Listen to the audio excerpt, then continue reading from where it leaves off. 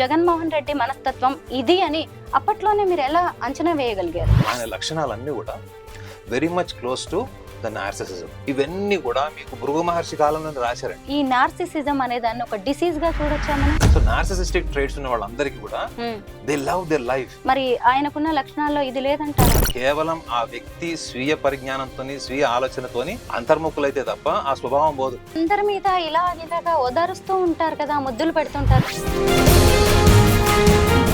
ఇప్పుడు ఆయన ప్రతిసారి నా అమ్మలు, నా చెల్లెళ్ళు, నా అవ్వలు అని చెప్పి మాట్లాడేవాడు కదా, ఇదంతా నటన. జగన్మోహన్ రెడ్డి పవన్ కళ్యాణ్ వర్సెస్ అన్నట్టుగా కనిపిస్తున్నాయి, నిజమేనంటారా? ఇంటెలిజెన్స్. పవన్ కళ్యాణ్ గారు తల్లిని తిట్టినప్పుడు నేను ఆ రోజే అనుకున్నా, మేడం ఇది ఎవరు చేశారో లేకపోతే ఎవరు చెప్పించారో వాళ్ళు స్మాష్ అయిపోతారని నేను మా ఫ్రెండ్స్ లో కూడా చెప్పాను. ఏపీ పొలిటీషియన్స్ అంటే చాలా బూతులు. ఒక మనిషి పతనానికి నాంది.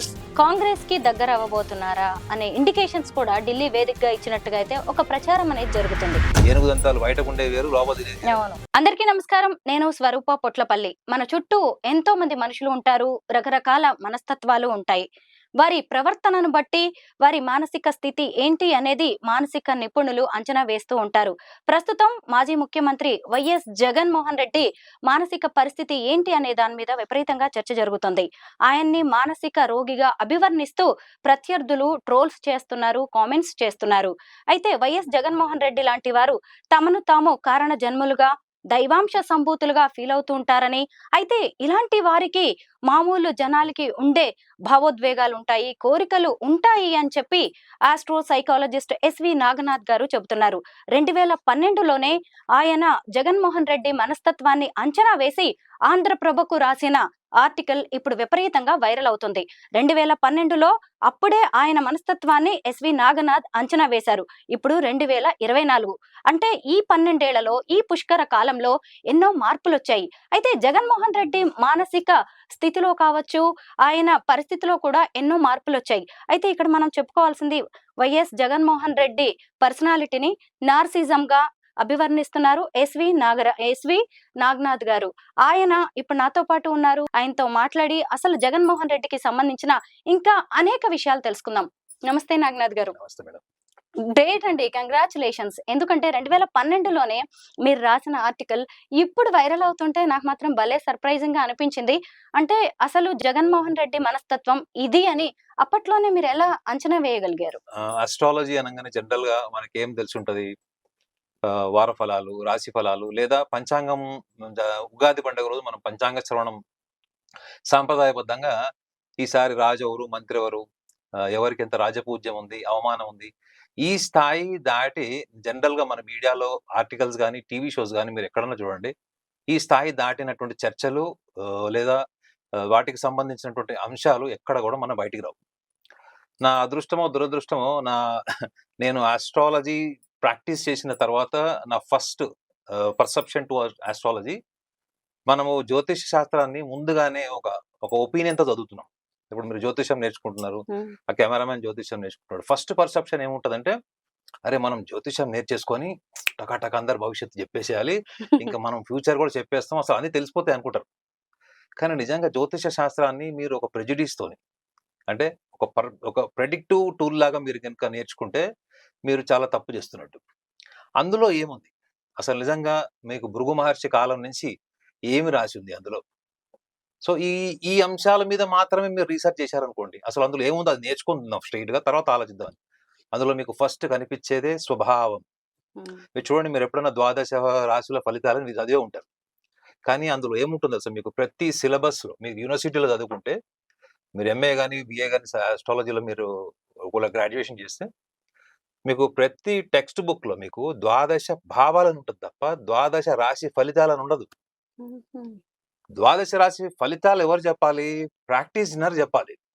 But academically what you are learning is the స్వభావ మీన్స్ క్యారెక్టర్, మీ నేచర్.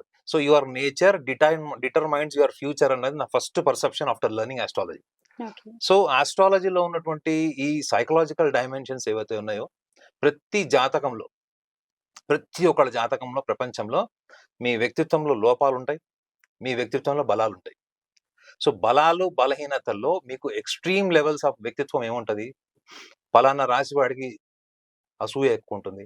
పలానా రాశి వాళ్ళకి తొందరపాటుతనం ఎక్కువ ఉంటుంది. కొంతమంది మేధావులు ఉంటారు. వాళ్ళు పుట్టంగానే వీళ్ళకి అపారమైనటువంటి జ్ఞాపక శక్తి ఉంటుంది.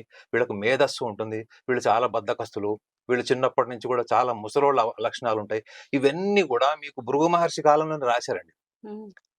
సో నేను ఆస్ట్రాలజీని ప్రాక్టీస్ చేసేటప్పుడు అసలు ఈ పర్సనాలిటీని ఎందుకు మనం నెగ్లెక్ట్ చేసాం? ప్రపంచం ఎందుకు దాన్ని నెగ్లెక్ట్ చేసింది? మీరు గుర్తుపెట్టుకోండి మేడం, ప్రపంచంలో మన భారతదేశంలో ముఖ్యంగా మన సౌత్ ఈస్ట్ ఏషియన్ కంట్రీస్‌లో మాత్రమే మీకు ఎక్కువ ఫలిత జ్యోతిష్యం ప్రభావం ఉంటది. ఓకే.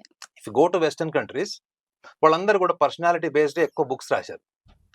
సో నేను ఆ కోణంలో వెళ్ళాను. ఒక హ్మ్. వ్యక్తి యొక్క జాతకం ద్వారా వాళ్ళ మనోవిశ్లేషణ ఏంటి? అది నా ప్యాషన్ అది యాక్చువల్‌గా. ఓకే. ఫలితం చెప్పడం అన్నది మీకు జడ్జిమెంటల్‌గా చెప్తాను. మీకు పలానా రోజు పెళ్లవుతది, ఉద్యోగం వస్తుంది, లేకపోతే వ్యాపారం లాస్ వస్తది. కానీ కారణాలు మీరు అడగరు.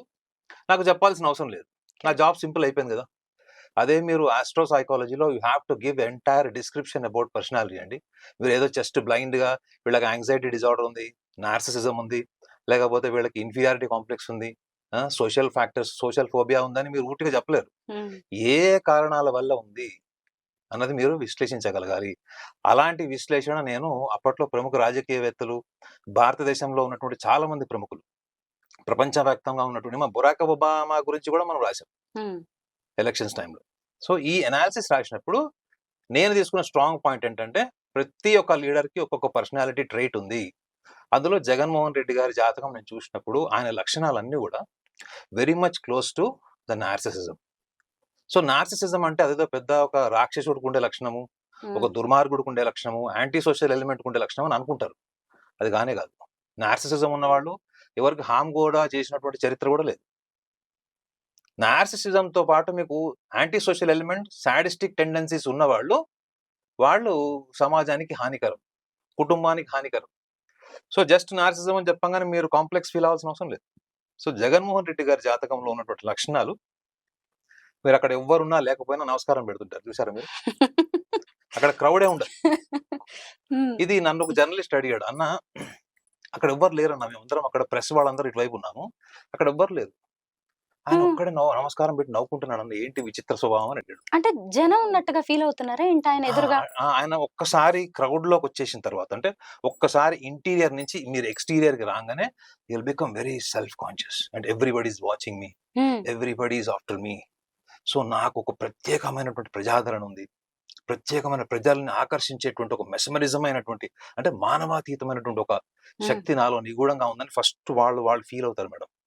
They themselves they adapt that emotion. అలాంటి లక్షణాలు ఉన్నవాళ్ళు కేవలం ఇట్లా నమస్కారం పెట్టి ప్రజల్లో ఒక అత్యున్నతమైనటువంటి గౌరవాన్ని పొందడమే కాకుండా, ఇదే వ్యక్తిత్వం ఉన్నవాళ్ళు ఎదుటి వాళ్ళ పట్ల అసలు సున్నితత్వం ఉండదు. అంతేనంటారా? ఎంపతి మరి ఉండదు. అందరి మీద ఇలాగా ఓదారుస్తూ ఉంటారు కదా! ముద్దులు పెడుతుంటారు, దగ్గరికి తీసుకుంటారు, చిన్న పిల్లల్ని ఎత్తుకుంటారు. సున్నితత్వం లేకుండానే ఇవన్నీ జరిగాయంటారా? నటన. మేడం మీకు ఆంధ్రప్రభ వాళ్ళ జీతము మీరు కష్టపడినందుకు ఇస్తున్నారా? మీ మీద జాలితో ఇస్తున్నారా చెప్పండి. కష్టపడినందుకే. ఆయన చేసేది, హ్మ్. ఆయన కష్టపడ్డమే కదా అది. హ్మ్. ఆయన ఇచ్చేది. హ్మ్. ఈ ప్రేమ, ఆదరణ, ముద్దులు హ్మ్. హ్మ్. ఎదుటి వ్యక్తులకి, పేదవాళ్ళకి ఆయన ఇచ్చిందేంటి? పథకాలిచ్చారు. హ్మ్. కానీ అక్కడ ప్రజలు ఏం తిరస్కరించారు? పథకాలు మాకెందుకు? పథకాలు మాకు ఈ రోజు పనికొస్తాయి. ఈ హ్మ్. 6 నెలలు పనిచేస్తాయి. లేదా ఒక సంవత్సరం పనిచేస్తాయి. కానీ మా పిల్లల భవిష్యత్తు ఏంటి? ఒకప్పుడు విద్యా విధానం వేరు. ఇప్పుడు విధానం వేరు. ఇప్పుడున్న ఫైనాన్షియల్ రిసోర్సెస్ వేరు. ఇప్పుడున్న టెక్నాలజికల్ డెవలప్‌మెంట్ వేరు.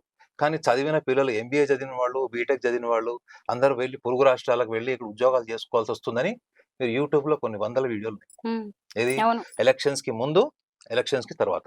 ఏ పథకాలతో అయితే ఆయన పదవిలోకొచ్చారో, అదే పథకాలతోటి ఇప్పుడాయన పదవీచ్యుతులయ్యారు. అంటే మేడం ఇప్పుడు గ్యాప్ ఉంది. చూడండి మీరు ఇప్పుడు ఇది సోషల్ మీడియా ఇది. ఈ హ్మ్. సోషల్ మీడియా మీకు చివరికి రోడ్డు మీద రోజుకి రూ. 100, రూ. 200 పూలమ్మే ఆమెకు గూడా ఆమెకి మీకు ఇంటర్నెట్ టెక్నాలజీ వల్ల ఆమెకు ఎవరేంటి? ఎవరికి సంబంధించిన విషయాలు ఏంటి? ఎక్కడ ఏం జరుగుతుంది? ప్రపంచ దేశాలు ఎక్కడ ఏం జరిగినా ఆమెకు తెలిసిపోతుంది. సో మీకు కామన్ మ్యాన్‌కి చదువున్నా, చదువు లేకపోయినా మీకు ఇంటెలిజెన్స్ ఉంటది మేడం. హ్మ్. ఇట్లా జరిగింది. సో ఎవరో ఒకడు చెప్తాడన్నమాట. అరే! ఈ పథకాల వల్ల మనకి ఏం ప్రయోజనం లేదు అనంగానే ఈ పూలమ్ముకునే ఆమె కొడుకు గూడా ఎక్కడో చదువుతుంటాడు. ఈమె ఎక్కడో లోన్‌లు తీసుకోనో, చిట్టి డబ్బులు కట్టో ఈమె కూడా చదివిస్తది. రేపు నా కొడుకు పరిస్థితి ఏంటి అనే కనీస ఆలోచన వచ్చినా ఆమె అభిప్రాయం మారిపోయే అవకాశం ఉంటది. సో ఇక్కడ ఆలోచించాల్సిన విషయం ఏంటంటే జగన్మోహన్ రెడ్డి గారు ఒక 151 సీట్ల నుంచి 11 సీట్లకి ఆయన గ్రాఫ్ మొత్తం కింద పడిపోయినప్పుడు Hmm. ఆయన అంతకు ముందర ఏం చెప్పుకున్నారు? వై నాట్ 175 చెప్పారు. Yes. అదొక Over రకంగా confidence. అదొక రకంగా బ్రిలియంట్ స్ట్రాటజీ అండి. Hmm. వై నాట్ 175 అంటే ఇక్కడ చంద్రబాబు నాయుడు గారు గాని, లేదా కూటమిలో ఉన్నట్టు పవన్ కళ్యాణ్ గారు గాని, వాళ్ళకి ఒక ఇన్ఫీరియారిటీ కాంప్లెక్స్ వస్తది. ఏంటి? Hmm. What is this attitude? What is the tremendous confidence? Why not 175? మీరు Mangalagiri, why not Mangalagiri? Yes. ఆ! ఎట్ ద సేమ్ టైం ప్రజలు కూడా బాబోయ్ మళ్ళీ గెలిచేస్తాడో ఏంటో మనం జాగ్రత్త పడాలి అనేది కూడా ప్రజల్లో వస్తది.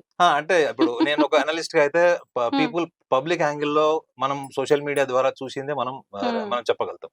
కానీ what Jagan has presented to the media was really wonderful actually. ఎంత Hmm. ఆప్టిమిస్టిక్ గా చెప్పాడంటే, మనం కుప్పంలో ఎవరు గెలుస్తారు, మంగళగిరిలో ఎవరు గెలుస్తారు, అవును. గుంటూరు అంటే ప్రధానమైనటువంటి ప్లేస్ లో ముఖ్యంగా పిఠాపురం విషయంలో వై నాట్ Hmm. అంటే డిప్యూటీ ఆమె డిప్యూటీ సీఎం సీఎం ని వంగ చేస్తానని కూడా గీత.